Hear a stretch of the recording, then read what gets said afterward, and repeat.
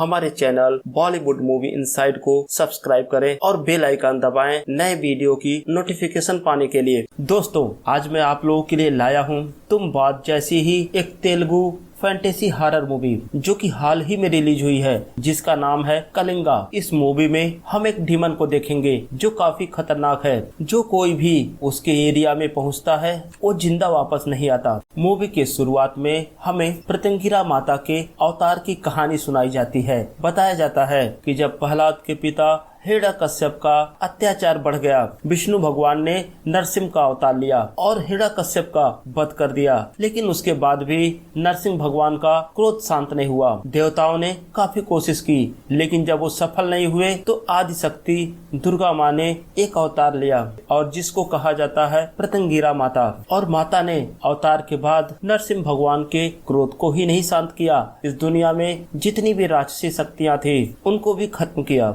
अब हमें सन 1922 का सीन दिखाया जाता है। हम देखते हैं एक राजा अपने घोड़े पर कुछ बॉक्स को लिए हुए एक जंगल के रास्ते जा रहा होता है। अब सीन शिफ्ट होता है, हम एक आदमी को देखते हैं जिसका घर खेतों के बीच में होता है। रात के समय जब वो अपने घर पहुंचता है तो अपनी वाइफ मल्ली को बुलाता है। बातें है मल्ली को कम सुनाई देता है, तो कई बार बुलाने के बाद मल्ली सुन पाती है। तो मल्ली का हस्बैंड उससे खाना मांगता है। जब वो खाना खा ही रहा होता है तभी मल्ली बोलती है कि उसे कोई बुला रहा है। हालांकि उसका हस्बैंड इस बात पे ध्यान नहीं देता, वो खाना खाने लगता है। लेकिन तभी वो नोटिस करता है कि मल्ली को कम सुनाई देता है, लेकिन फिर भी उसे सुनाई दिया कि उसे कोई बुला रहा है, तो मुझे क्यों नहीं सुनाई दिया। वो घबरा जाता है, वो खाना बीच में ही छोड़कर बाहर जाता है और मल्ली को बुलाता है। जब वो मल्ली को ढूंढता हुआ आगे जाता है तो मल्ली को देखकर वो दंग रह जाता है। वो देखता है कि मल्ली अपने ही हाथ को काट कर खा रही होती है। अब सीन शिफ्ट होता है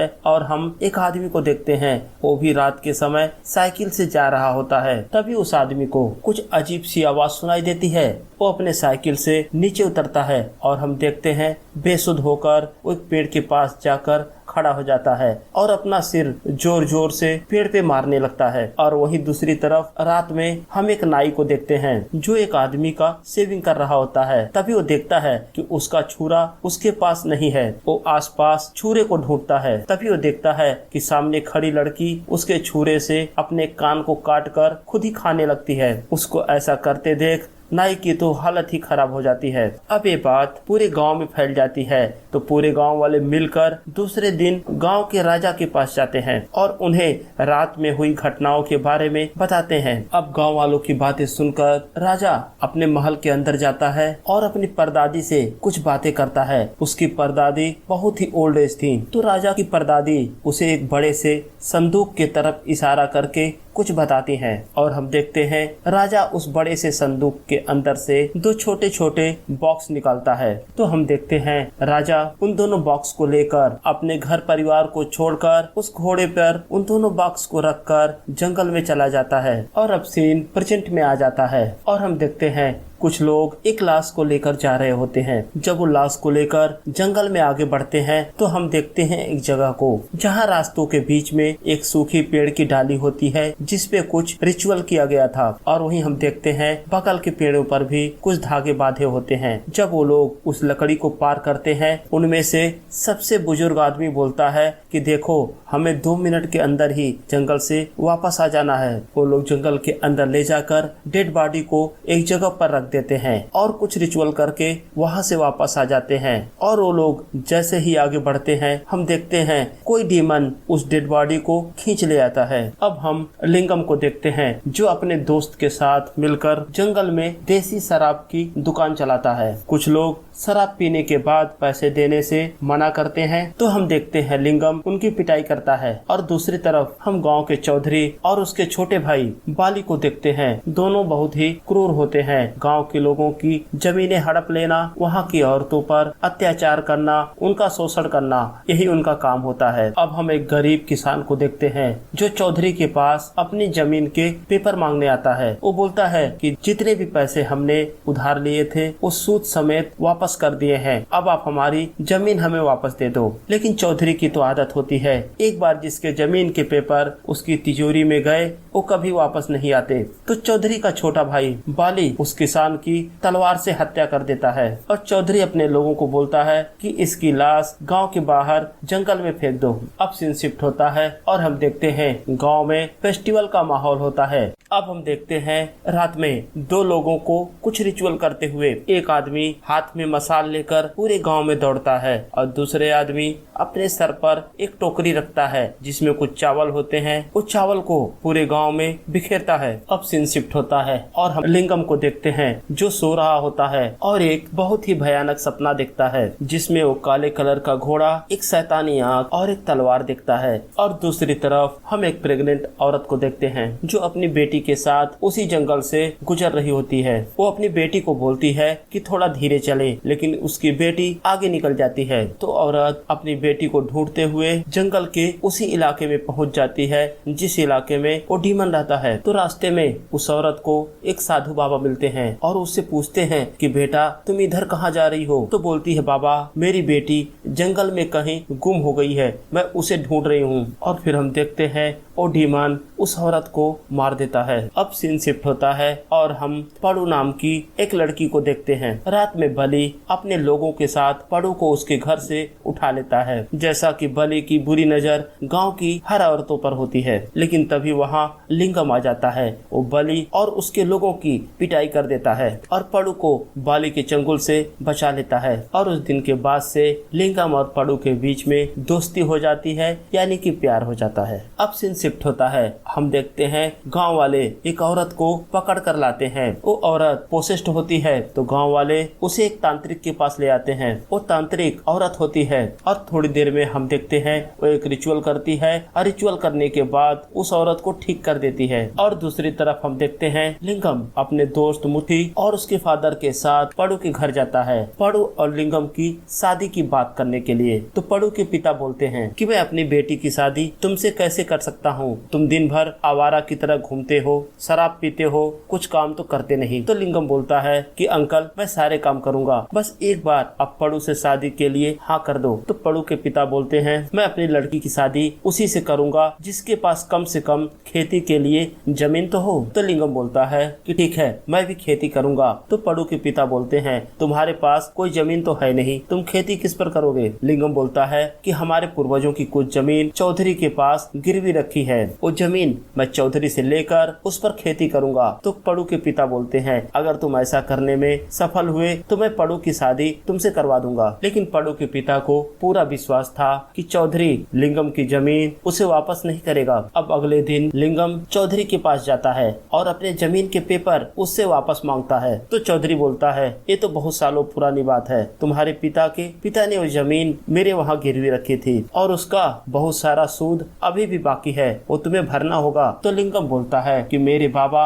और मेरे पिता ने मिलकर तुम्हारे सारे पैसे वापस कर दिए थे, अब तुम मेरे जमीन के पेपर मुझे वापस कर दो। चौधरी का छोटा भाई और लिंगम के बीच में हाथापाई होने वाली थी, तो चौधरी उसे रोकता है और लिंगम को बोलता है ठीक है मैं तुम्हारे जमीन के बदले उसका डबल जमीन दूंगा, लेकिन गाँव के बगल में नहीं, जंगल के किनारे। तो लिंगम राजी हो जाता है। जब लिंगम वहाँ से चला जाता है तो बाली अपने भाई से पूछता है कि आपने उसको उसकी जमीन वापस क्यों की? तो चौधरी बोलता है कि जो मैंने जमीन उसको दी है वो साबित है, जब लिंगम उस जमीन पर जाएगा तो खुद ब खुद मारा जाएगा और इस तरह से तुम्हारे रास्ते का कांटा हमेशा के लिए हट जाएगा। अब लिंगम को उसके जमीन के पेपर मिल जाते हैं तो पड़ू के पिता पड़ू की शादी लिंगम से करा देते हैं। और दूसरी तरफ हम एक आदमी को देखते हैं जो जंगल में जा रहा होता है। वो आदमी गलती से उसी एरिया में पहुंच जाता है जहां वो डीमन रहता है और वो डीमन उस आदमी को मार देता है, उसका गला काट देता है। अब लिंगम मूर्ति से बोलता है कि कल चलते हैं वो जमीन देखने के लिए जो जमींदार ने मुझे दिया है। तो मूर्ति बोलता है अरे तू पागल हो गया है, वो जमीन जहाँ पर है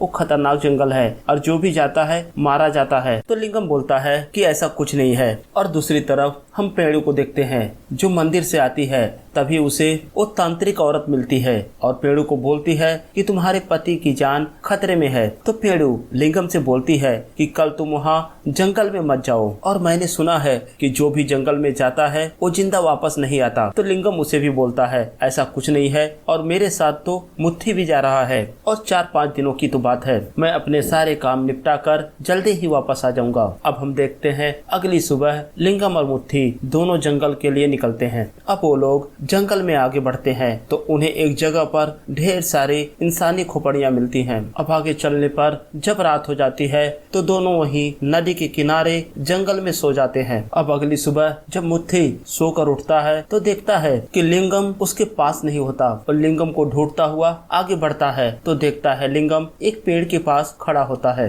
और तभी सीन पास्ट में चला जाता है और हम देखते हैं लिंगम जब छोटा बच्चा था तो अपने दादाजी के साथ उसी जंगल से गुजर रहा था, और उसके दादाजी के हाथ में एक बॉक्स होता है। तो उसके दादाजी बोलते हैं तुम्हारे माँ द्वारा छोड़ी गई सारी चीजें इसी बॉक्स में है, और इसी बॉक्स में तुम्हारे सारे सवालों के जवाब भी हैं। तो लिंगम उसी जगह जाकर वो बॉक्स ढूंढता है और फिर बॉक्स उसे मिल जाता है। जब लिंगम उस बॉक्स को खोलता है तो उसके अंदर उसकी माँ की कुछ साड़ियाँ होती हैं और एक बुक भी होती है। बुक के साथ एक चाबी बंधी होती है। उस बुक में लिखा था कि 18वीं शताब्दी में रुद्रागिरी नाम का एक किंगडम हुआ करता था, जिसका राजा मच्छी राजू था। मच्छी राजू कभी भी अपनी जनता के सुख सुविधाओं का ध्यान नहीं रखता था। उसका ध्यान हमेशा अपना धन और अपनी ताकत बढ़ाने में होता था, और इसी वजह से उसने कई सारे राज्यों को जीता और अपना गुलाम बनाया। अपने आसपास के सारे राज्यों को जीतने के बाद उसकी नजर उसके राज्य से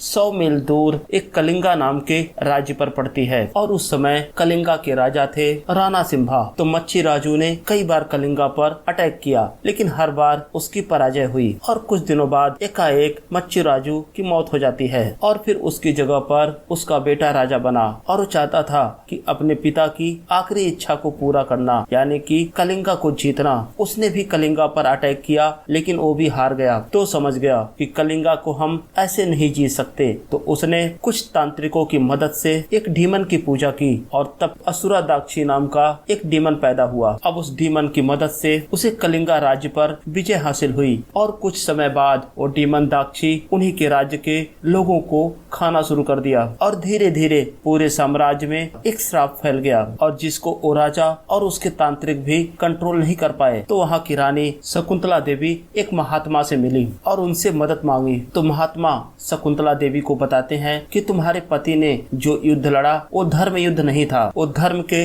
विरुद्ध था, क्योंकि इंसानों की लड़ाई में उसने एक डीमन को शामिल किया।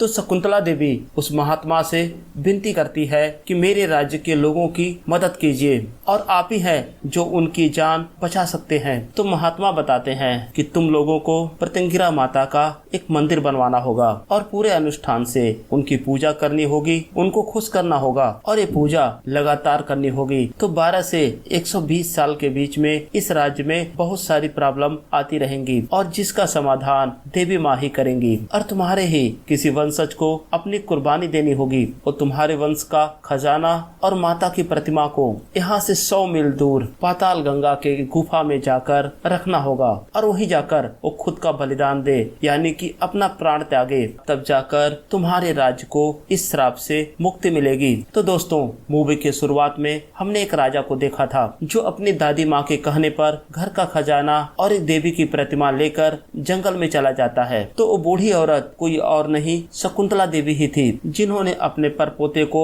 इस श्राप से मुक्ति का तरीका बताया। अब सीन प्रेजेंट में आ जाता है और हम लिंगम को देखते हैं। अब लिंगम को उस किताब को पढ़ने के बाद सारी बातें पता चल चुकी थी। तो लिंगम अपने दोस्त मुट्ठी को लेकर उस गुफा में जाता है, और वो लोग उस जगह को ढूंढने में सफल होते हैं। उन्हें वो खजाना मिलता है, और खजाने के पास कई सारे तलवारें थी और एक कंकाल भी था, और शायद एक कंकाल उसी राजा का था। लेकिन तभी वहाँ बाली आ जाता है, और बाली के साथ उसके लोग भी होते हैं। तो बाली लिंगम को बोलता है कि मैंने सुना है कि जो भी इस जंगल में आता है वो मारा जाता है, लेकिन तुम्हारे मरने की खबर मुझे नहीं मिली। तभी मुझे शक हुआ, तो मैं और मेरे लोग तुम्हारा पीछा कर रहे थे। अब हम तुम्हें यही मारेंगे और ये सारा धन लेकर यहाँ से चले जाएंगे। लेकिन तभी वहाँ डीमन दाक्षी आ जाता है, और उसको देखकर लोग डर जाते हैं और इधर उधर भागने लगते हैं। लेकिन दाक्षी एक एक को पकड़कर मारने मारता है और उन्हें खाता है। और तभी लिंगम को उस किताब में लिखी एक बात याद आती है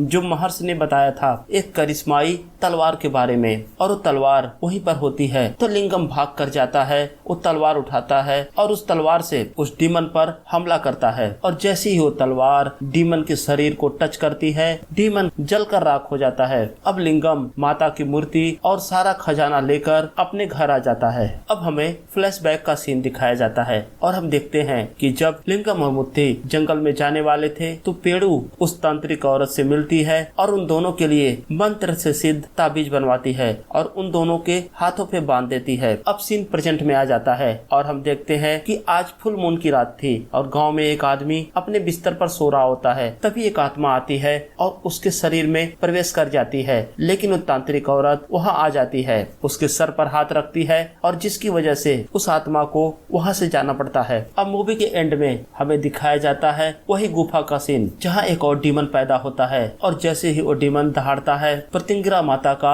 ध्यान टूट जाता है और इसी के साथ ये मूवी यहीं पर समाप्त हो जाती है। तो दोस्तों, अगर आपको ये वीडियो अच्छा लगा हो तो वीडियो को लाइक करें और मेरे चैनल को सब्सक्राइब करें। धन्यवाद।